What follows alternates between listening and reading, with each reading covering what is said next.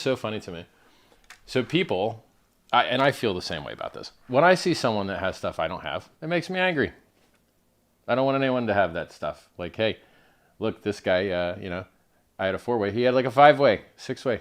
Unfair, right? Like everyone wants more. It's our human jealousy thing to drive us and to strive harder.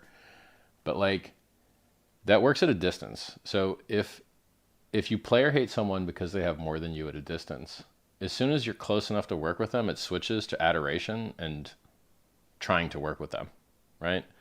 So like, you could talk trash about Bill Gates or Elon Musk or Jeff Bezos or any of these rich dudes that has made a huge impact in the world.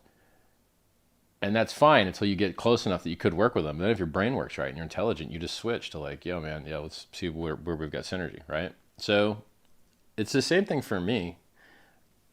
Or the reason I bring this up is because people complain about all the flexing I do. And what they don't understand is I'm just doing good marketing. And so they have this belief that like I'm writing code. I don't write code. I don't. Could take me a while to catch up. I'd have to learn new syntax, and I don't feel like doing it. So I don't write code. See, this is something I want to push back on a little bit, not to interject, but Richard says this is good marketing, and I want to challenge you guys to respond with your requests, or not your requests, but your answers. Is this good marketing for someone that has $1 billion net worth, allegedly, right? Richard Hart has plenty of money. I'm someone that, after I had a job, I was a math teacher for 2 years, and then I did social media for like 5 years.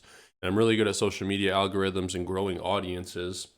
And when I think about the amount of capital Richard has and all the creative ideas he could do to just get views, just to get out there, because that's the reason he does this flexing, right?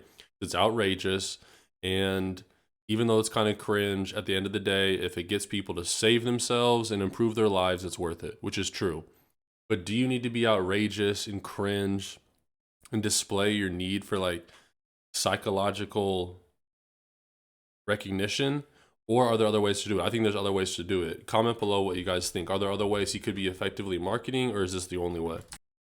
I'm waiting on the devs. That's what I'm waiting on. We're all waiting.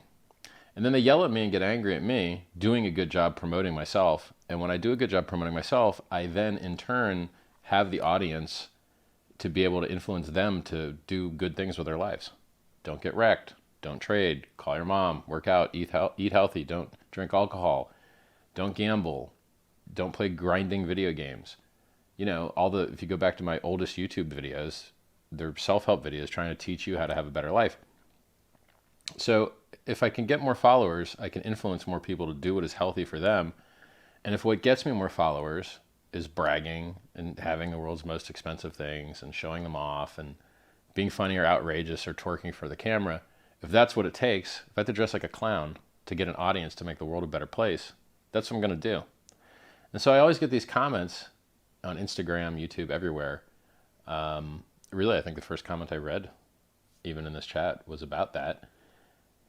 And their little pea brains think that if development is slow, as you were told it would be, because it always is, all software is always late, that's life, then I should also do a bad job marketing myself so that somehow they'll feel better.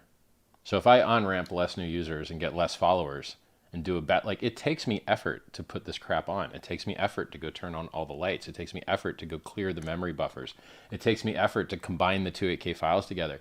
Like, this takes a lot of my time and is a lot of effort for me to keep building a following to try and make the world a better place. And then these stupid pea-brain people, they try and convince me to do a bad job marketing to make up for slow software development. Does that make any sense to you? This is like having a football team. See, and I don't say we're not saying do a bad job marketing. We're just saying, as a leader of one of the top cryptocurrencies, and if you're watching this video, you probably would agree with me, most of our opinions, you don't need to be talking about how your cock resembles a Red Bull can, right? And if you watch Richard Hart interviews from years ago, the man's always been blunt, and that's what attracts a lot of us to him.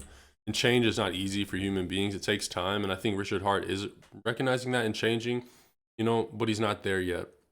And I just think people are bots, people are NPCs, and when they see people act the way Richard Hart acts sometimes, they can't see past that to see the true value of what he's talking about. People get turned off very quickly. Civil disobedience doesn't exist.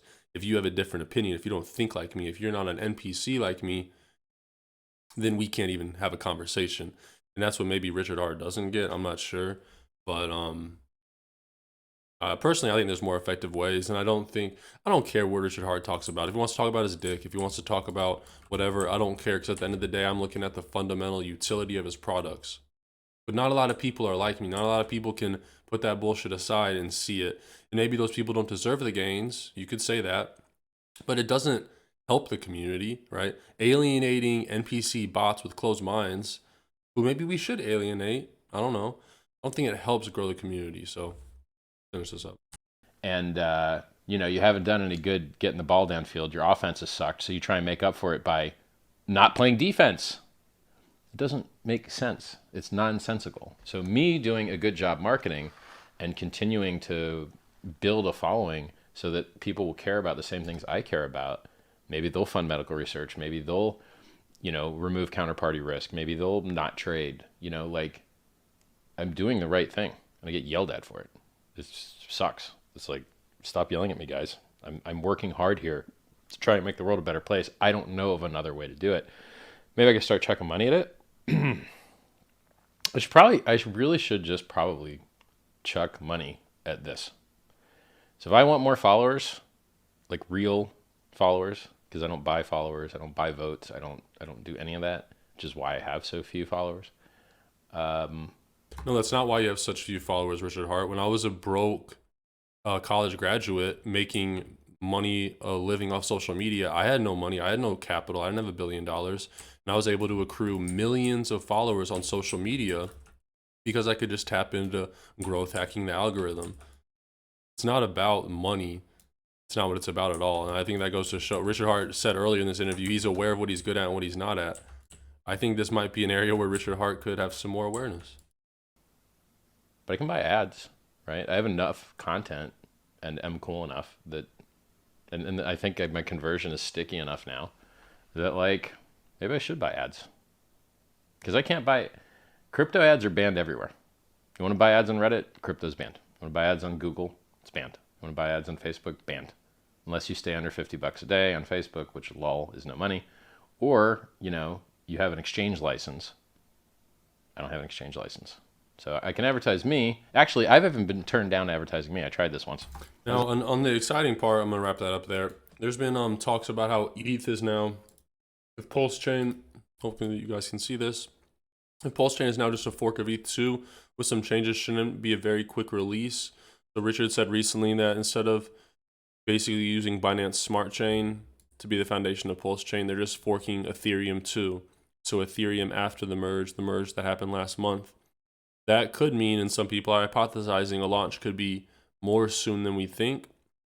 But I'm not going to mislead you guys and make you think, oh, it's launching next week. At this point, I just forgot about it. When it launches, it launches. Thanks again for watching. Let me know in the comments what you think about the outrage marketing. Until next time.